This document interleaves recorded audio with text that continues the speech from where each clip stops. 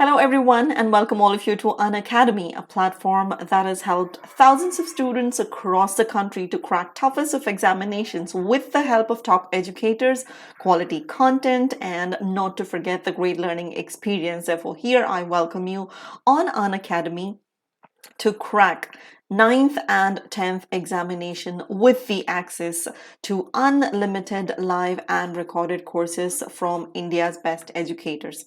Before I proceed, let me introduce myself. I am Tasneem Ahmed and I have completed my Master's and MPhil in English.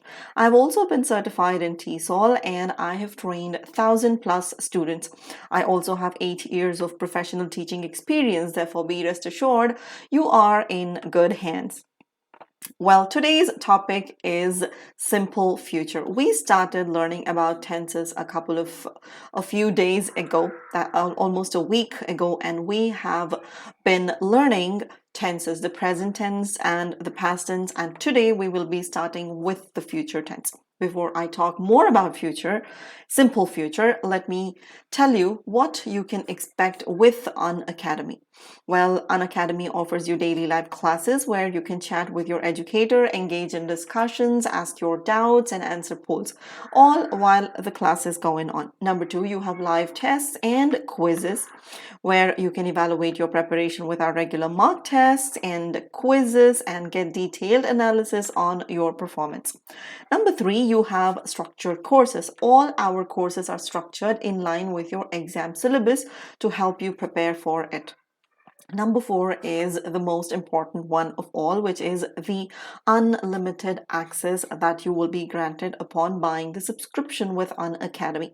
One subscription gets you the access to all our live and recorded courses to watch from the comfort of any of your devices. All you have to do is buy any one of the subscriptions, get the access to free live classes and prepare with top educators and get the access to a comprehensive syllabus of any subject you prefer, be it mathematics, social science, Hindi, science, or English. You can also talk to us on a Telegram application by downloading the application, typing the link in the URL, and clicking on join. Well, you will also have to download the Unacademy learning application on any one of your compatible devices. After having done this, you will have to buy any one of these courses offered to you by Unacademy. Unacademy offers you courses starting from 1 month to 48 months. And these subscriptions come with maximum amount of discounted rates. The best thing about these durations is that as you go higher with the duration, the discount on these courses go higher as well. Let us take a look at it. When you take 6 months course, it is available on 33% of discount, and when you go higher for a 12 months course duration, it is now increased to 50% of discount. And as you go further with 24 months, that comes with a 58% off discount, and for a 38 months subscription you get a discount of 60%. And for the course which is available for 48 months, the discounted rate is 67%. Well, not just this. Along with these discounts, you get additional 10% of discount on the code TA01. When you type the code TA01, when you proceed to pay, you will get additional 10% of discount on the existing discount that you already have on Unacademy. Well, if you were to ask me, or if you were to take my opinion, I would suggest you go with 12 months duration course. Well, let me tell you why I am suggesting for 12 months. Supposing if you were to take this course twice, after having applied the code, after taking the advantage of the existing discount, you get 44% of discount, and for 6 months you pay 9,000 rupees. And after having completed 6 months, you again go ahead and you take another 6 months duration, and you will end up paying another 9,000 rupees, which which equals to 18,000 rupees. Take a look at this duration. This course, which is available for 12 months duration, which is already there for 50% of discount, and additionally with the code you get 10 extra percentage of discount, which means this course comes with a discounted rate of 60%, and you will be paying only 13,500 rupees for 12 months, as opposed to buying the course for 6 months twice. You get the discount. You get this course, the 12 months course, for only 13,500 as opposed to 18,000 rupees. Therefore, do not wait further. Do not think too much. Go ahead and buy the subscription for 12 months. Type the code TA01. Take the advantage of the code and start preparing for your examinations today. Now let us proceed towards simple future. Well, before I tell you more about simple future, let us go back in time and let us think, or let us recall what we actually learned in previous week. Well, a week ago we started with learning tenses, and we started with present and past, and we today will start with future. Well, I told you that we have these 3 timelines, and these 3 timelines are further divided into 4 more timelines, like simple, continuous, perfect, and perfect continuous. These are further divided into 4 more, and we learned about simple present, present continuous, present perfect, and present perfect continuous. After that, we learned about simple past, past continuous, past perfect, and past perfect continuous. Today we will be starting with future, and today's topic is simple future. And what is the definition of simple future? What do you mean by simple future, or when exactly do we use simple future? Well, I have been telling you that when the word says simple, we actually refer to actions without referring to the beginning of the action or the completion of the action. The same goes with simple future as well. When we say future, we are referring to an action that is happening in future, that will be happening in future, which will happen in future, but we are not mentioning when actually it is going to start or when it is actually going to end, whether it is continuing or whether it's been completed in future. We are not referring to any of that, but instead we are just going to say that an event is going to, an action is going to happen in future. That's all. That is all is about simple future. Now comes the next thing. What is the sentence structure that we are going to follow when it comes to simple future? Well, as I always tell you, we begin with the subject. Soon after the subject, we are going to use the auxiliary will. Well, in other 2 tenses, simple past and simple present, we did not use any auxiliary, but here in simple future, we definitely use an auxiliary, which is will. And after this, we are going to use the root verb. We are going to use the root verb. This is the sentence structure of simple future. Before we proceed with the examples, let me give you a little insight about the subject types and the verbs. Well, when it comes to subjects, we use either nouns or pronouns in subject's place. In pronouns, we have 3 types. Number 1, the first person. And number 2, we have second person. And number 3, we have third person. All these were already discussed in your previous videos as well, but then I'm discussing it again because I need you people to understand these subjects and their usages. First person pronouns are I and we. Second person pronouns are you. I is in singular, we is in plural, you is same in singular and in plural, and then in third person singular we have subjects like he, she, and it, and the plural subject that we have is they. Moving on, let us talk about nouns. In place of nouns, we can use names of people like Ted, Sarah, etc. Singular names. When you take them, use them in singularity. When you have to use them in plural format, you will have to club them together with a conjunction and it becomes your plural subject. With things like pen or let us say bag, we use it in singular like this, and in plural we change them into plurals like this. Places, we have words like shop, school, etc., and we can convert those into plurals as well. So these are our subject types. We have nouns and pronouns both in subject usages. Moving on, let us talk about verb. Verb is the word which denotes the action in a statement.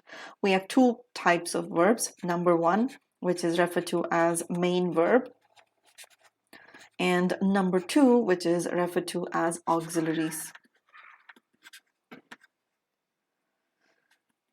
Auxiliaries. Now, these, when it comes to main verbs are like sit or stand or walk, run, think, eat, speak, guess, know,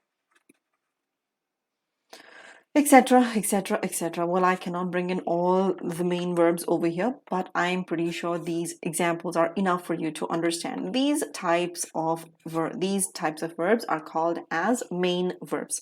We also have something called as auxiliaries, under which we have different types. First one is be verb, and be verbs are like, is, are, am. And in past tense, we have was and were. In future tense, we have will be. Next one, we have verbs like has, have, and had. We next have something called as do verbs, which are do, does, and did. We next have modals as well, which come under the category of auxiliaries like can, could, shall, should, may, might, etc. All these are referred to as auxiliaries. Be verbs, have verbs, do verbs, modals. Well, we also refer to these verbs as helping verbs because these verbs help in connecting the subject to the main verb. Now, these are the two types of verbs that we have. Next, we have the 5 forms when it comes to a main verb. Now, supposing if I take the example of the verb, which is doubt, or let us take the word, a different word, like elect, or let us take the word fall, and let us take the verb rise. Now, all these are your main verbs, and this is how a verb is born. Therefore, we refer to these verbs as root or base forms. We call them as root verbs or base forms. When we add plus s to these root forms, the verb converts itself into doubts, elects, falls, or rises. Then we add the ing to the base form and the word becomes doubting or electing, falling, or rising. Then comes the past tense. You have the next one as past tense. And the past tense of doubt is doubted, elect is elected, fall is fell, and rise is rose. You have one more form which is called as past participle. And the past participle of the verb doubt is also doubted, and elect is elected. But the past participle of fall is not fell, but it is fallen. And the past participle of rise is not rose, but it is risen. Now the question is, take a look at these two verbs and these two verbs. And what is the difference between these verbs? Well, the difference is the past tense and the past participles of these two verbs are same. You can see doubted and doubted, elected and elected. Whereas the past tense and the past participle of these two verbs are different. You have fell as past tense and fallen as past participle, and rose as past tense and risen as past participle. So this gives us the understanding that when you have verbs with same past tense and same past participle, you refer to them as regular verbs or regular verb forms. And when you have a different past tense and different past participle, you refer to them as irregular verb forms or verbs. Now let us move on to the examples of simple future. Like I told you earlier, we start with a subject and we will use the auxiliary will, and then we use root verb. Well, sorry, ignore this thing. We do not use pluses over here. We only use the root verb of the main verbs. With subjects I, the example is I will meet my friend tomorrow. I will meet my friend tomorrow. Full stop. With the subject you will arrive on time. Full stop.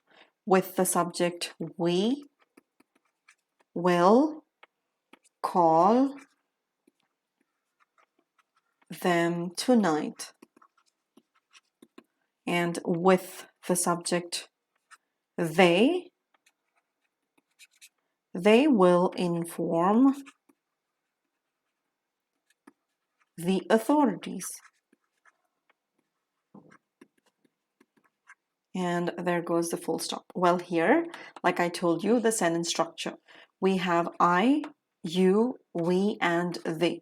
These are our subjects. And soon after the subject, I told you we are going to use will. And here we have the word will. And then we are going to use the root verb. And this is our root verb: meet, arrive, call, and inform. All these are our root verbs. Now, if you analyze the situations, I will meet my friend tomorrow. You will arrive on time. We will call them tonight. They will inform the authorities. Now, all these references are future references. We actually do not, when I say I will meet my friend tomorrow, I'm not actually trying to tell you that I'm going to start at this particular point and I will complete or I will finish meeting at this particular point. Or neither am I telling you that the action, that is the action of meeting, will be going on for a while. All I'm saying is I will meet my friend tomorrow anytime, which is a future reference. That's it. Similarly, you will arrive on time. We will call them tonight. They will inform the authorities. With subjects he, she, and it. When we were learning about present tense, I told you that we use a different verb when it comes to plus s, but I also told you that this plus s reference happens only in present tense and not in any other tense. Therefore, even in future, we do not use the plus s reference. We only use will in future. Now, with subjects he, let us take the example, he will. We also, with she also, we use will, and with the subject it, also we use will. And then comes the root verb. Let us say, he will run again tomorrow. Again, referring to a future reference. She will speak to her parents. Full stop. It will take time for them to accept new rules. New rules. Now here again, she subject, will auxiliary, root verb. He will run, it will take. All these are the references of future, and that's how we formulate the statements. Now let us move on and let us try and analyze how to frame the negatives. Well, affirmative statements are those which give a positive fact, which state a positive fact. Negative statements are those which negate the facts. And here, let us convert these positive statements into negative statements. And to convert them into negative, all we do is bring in the word not, not. Let us take the examples. Let us convert these into negative.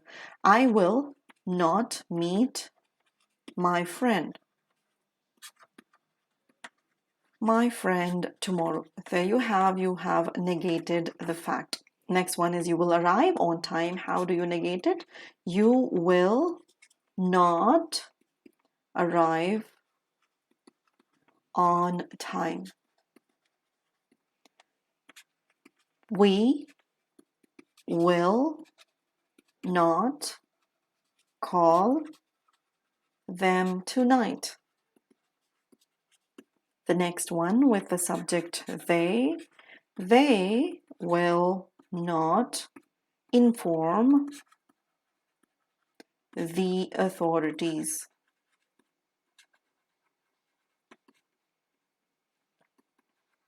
Full stop. So you can see that all we have done is introduce a negative word like this, and the fact which was affirmative earlier has now become a negative fact. Well, will not can be contracted and we can use it as won't. When you contract will not, it becomes won't.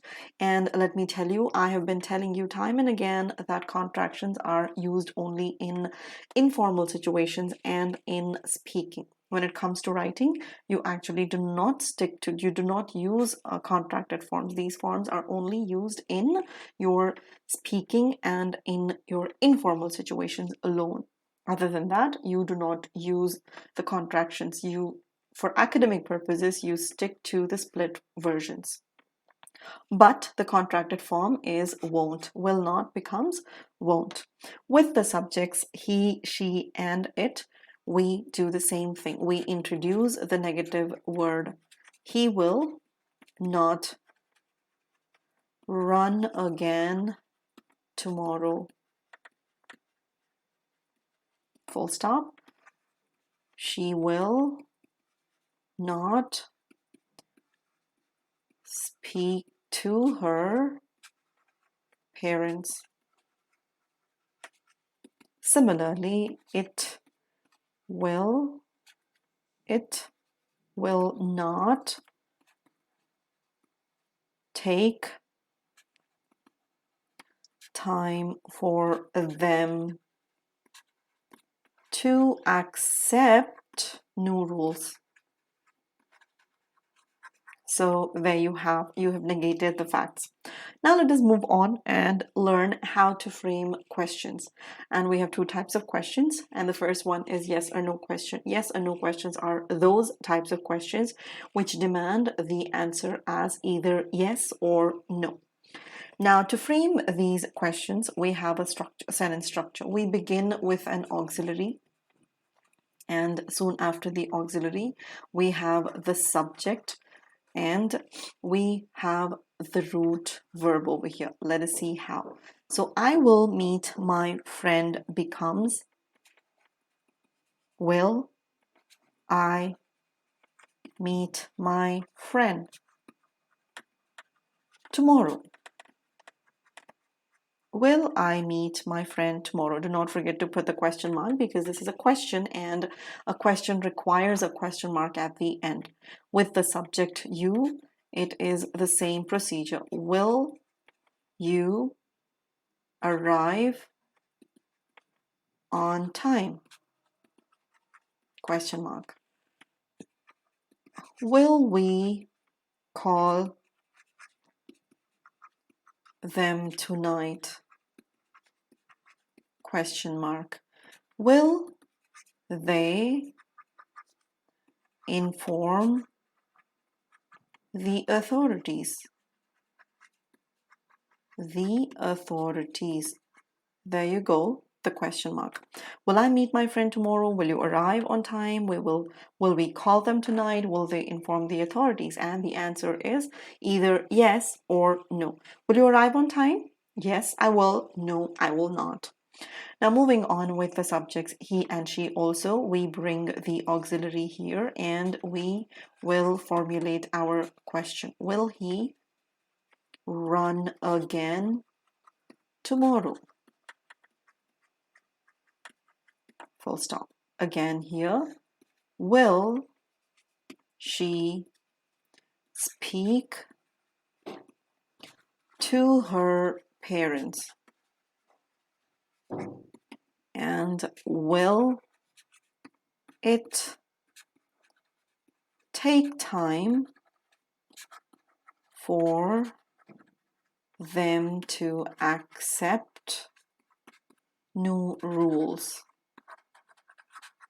There you have a question mark. Now these are affirmative questions. How are you going to convert these into negative statement, negative questions? Let us see how we can convert these yes or no questions into negative questions. Well, I told you a sentence structure is obviously auxiliary, and soon after the auxiliary we will have the subject, and in negative formations after the subject we will have the negative word and then comes the root verb. This is the sentence structure that we follow for negative formations. We definitely bring the auxiliary to the front and we go like this. Will I not? To make it a negative, we will introduce a negative word right next to it. Or in contraction, I told you that you can convert will not into won't, right? But here there is a subject in between, but when you contract it, the word not comes over here and gets attached with will like this. Let me put it in bracket. You can say won't. Won't I, supposing here, won't I, or will I not, or won't I meet my friend tomorrow? And do not forget to put the question mark there. Again, you will arrive on time. Let us convert this into a yes or no question, but then a negative question. Just like I told you, let us follow the same formula. Will comes to the front and you have the subject as your you, will you, and to make it a negative question, introduce the word not. Will you not? And in contraction, we will make it as won't you. Won't you arrive on time? There you go, question mark. Won't you arrive on time? Won't I meet my friend tomorrow is used only in your speaking and in informal situations. Remember this, do not write this in your academic usages. Academic usages, as in if you are writing a speech, writing an essay, if you're writing your examination, I would suggest do not, because this will invite for your deduction of the marks. Therefore, do not use it in your academic writing. Next is will we not, or won't we? Won't we call them tonight? And there you go, question mark. For the last one, will they not inform the authorities? Or when you have contracted form, you use won't. Inform the authorities, and there you go, a question mark. What about the subjects? With the subjects he, she, and it, well, it's pretty much the same here as well. You begin with will, the subject is he, and will he not. In contraction, you use won't he, and there you go, run again tomorrow and question mark. Similarly, will she not speak, or won't she speak to her parents, question mark. The same is the case with it. Will it not, or won't it take time for them to accept rules? There you go, you ended with a question mark. So this is how we frame yes or no questions in affirmation and also in negation. Now let us move on to WH questions and let us see how to frame these questions. Well, what are WH words? WH words are words like, let me tell you, they are words like what, why, who, when, which, whom, or also how. And the sentence structure that you use over here is you begin the statement with the WH word. Soon after the WH word, you will bring in the auxiliary, and which is here. Here the auxiliary is will, and then. Okay, one second.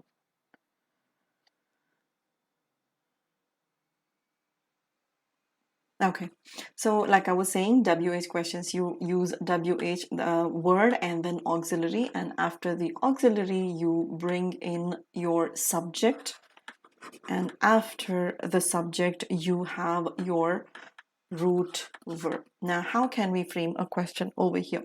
I will meet my friend tomorrow, and the answer, the question, the change that you have to make over here is bring in any one of these question words. So you will bring the word when, and you can say, you can bring in the auxiliary, that is auxiliary will. When will I meet my friend? And let us minus this tomorrow to make it as a meaningful question and end it with a question mark. Moving on, you will arrive on time. When will you arrive? When will you arrive? There you go, ended with a question mark. We will call them tonight, or to make it as a question, when will you call them? They will inform the authorities. Now here, let us use the word whom. Whom will they inform? And end it with a question mark. When using the WH question, word is totally of your choice according to the usage that you have to convey. Here I'm using when and whom alone. You definitely can go ahead and use the word that best suits your requirement. Moving ahead, we have the statements like he, she, and it. And again, we follow the same structure, WH word and will and subject and the root verb. He will run again tomorrow. He will run again tomorrow. So the question becomes, when will he run again? End it with a question mark. She will speak to her parents. Who will she speak to? Question mark. It will take time for them to accept rules. Now let us bring in why. Why will it take time to accept? Why will it take time for them to accept new rules? So there you have the WH question words. Now let us move on to making these questions as negative. We use this in affirmation. Let us now try and convert these statements into negative usages. I will meet my friend tomorrow, and the question that we used was, I will meet my friend. Let us take the question as, who will I meet? And let us make that as negative. And to form it as a negative, let us make it as, who will I not meet? Question mark. Or when will I not meet my friend? You can also bring in when as well.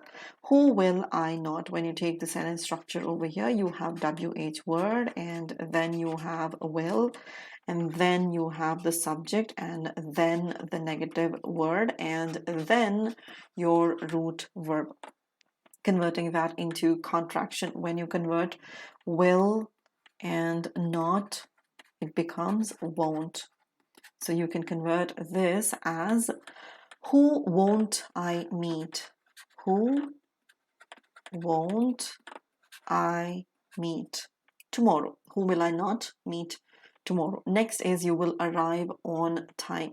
When will you arrive? Or when won't? Or when will you not arrive? When will you not arrive on time? This can be contracted just the way like we did. You can say, when won't you arrive on time? And you have the question mark. Next is, we will call them tonight. When will you call them? How will you negate it? When will you not? Sorry, when will we? The subject is we over here. Therefore, we not call them. And in contraction, we get, when won't we? Question mark. They will inform the authorities. Who will they inform? Or who will they not inform? Who will they not inform? Or who won't they inform? Who won't they inform? And you have your question mark. Moving on with subjects he, she, and it. How can we frame negative questions with WH words? He will run again tomorrow. Who will run again tomorrow can be converted into, who will. Okay, the answer is he. So let us change. When will he run? Let us take it as, when will he not run again? Or in contraction, you can make it as, when won't he? When won't he? Next is, she will speak to her parents. Why will she speak to her parents? Can be converted into, why will not she? Why will she not? Why will she not speak to her parents? Can be in contracted forms. We will say, why won't she? why won't she, and question mark. For the third statement, which is it will take time for them to accept new rules, the question is why will it take time can be converted into why will it not. Why will it not take time for them to accept new rules? And in contraction, we can say why won't it? There you go, end it with a question mark. So that is how we convert statements from positive to negative and into questions when you are using simple future. Now let us move on and learn about the usages of simple future. The first usage is to express a voluntary action, as in it is voluntary actions mostly happen with it comes from the person who is actually speaking, and the pronouns that we use are either I or we when it is happening from the speaker, because the pronouns that we use are I and we. So how can we express a voluntary action? Supposing if I write the examples as I will take him to gym class. I will take him to gym class. Or if you say we will organize the meeting. Or if you say I will arrange the party. Or when you say I will throw her a welcome party. Now let us analyze these statements. Voluntary action, as in doing it willingly without anybody asking us. I will take him to gym class. I'll do it. I don't want you asking me to do that. I'll do it myself. We will organize the meeting. Obviously, we all will do it. We do not need anybody to remind us or to ask us. I will arrange the party. I will throw her a welcome party. Obviously, it is my will and I am doing it. It is a voluntary action. Now let us move on to the next thing, as in to understand the difference between will and can. What are you trying to convey when you are saying will, and what are you trying to convey when you are using can? Well, when it comes to will shows the intention and the possibility of doing it. As in, supposing if I were to give the example as I will come to the party. Supposing if I say this, what I'm trying to say over here is I will come to the party. I am trying to say that I have the will and I intend to come to the party. But at the same time, if I say I can, supposing if I say I can come to the party. Here, I'm not expressing my will, but then I'm speaking about my ability alone. As in, well, of course I can come. It is trying to say that I can come. I have the ability, or I'm not busy and I will definitely come. I have the ability, I have the ability to come. Supposing if I say, let us understand better with a negative example. Supposing if I say I will not come to the party. Now here, when I say this, and supposing if I say I cannot or I can't come to the party, let us try and analyze the difference over here. I will not come to the party. I cannot come to the party. This is an explicit example. I will not conveys that I don't want to come at all. I'm not busy. I'm free. I have all the time on the earth, but I don't have the will. I don't want to go because I don't want to be in that party. I might get bored or probably any other reason. I can definitely come. I have the ability to come, but then I will not come to the party because I don't have the intention of attending that party. Speaks about your willpower or your intention. Or your intention. Well, when you say I cannot come to the party, you want to go to the party, you are willing, but then you are busy, you have got some other work, and you are not able to. When you say cannot, it means that you are not able to because you are stuck somewhere and you are busy with some other work. Even though you are willing, you are not able to. So that's the difference between will not and cannot. Next is, let us move on and learn about the next usage, which is to express a promise. This is from the speaker too. Hence, we use I and we over here. All right, let's minus this, and it was supposed to be here. I and we with, mostly with I and we, like this. I will call you as soon as I reach. This is a promise that I am making you. I will call you as soon as I promise, as soon as I reach, I promise. Then again, with subject we can say, we will make no mistake. We will make no mistake. I promise you. I know last time there were a lot of mistakes, but we promise you this time there won't be any mistake. We will make no mistake. Next example is I will make sure. I will make sure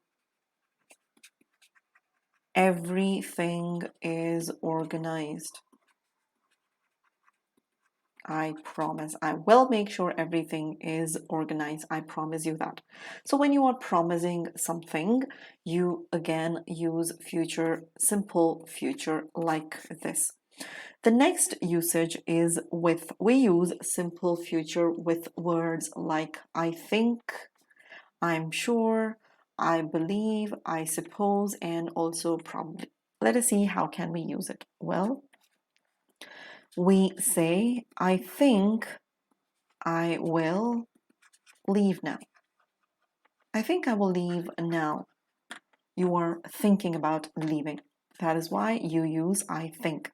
Or you can say, I think she will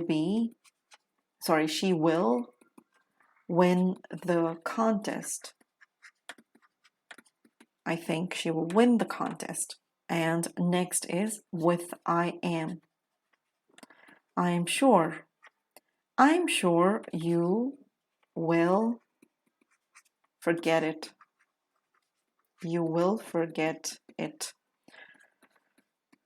I'm sure, let us take another example. I'm sure he will get here faster.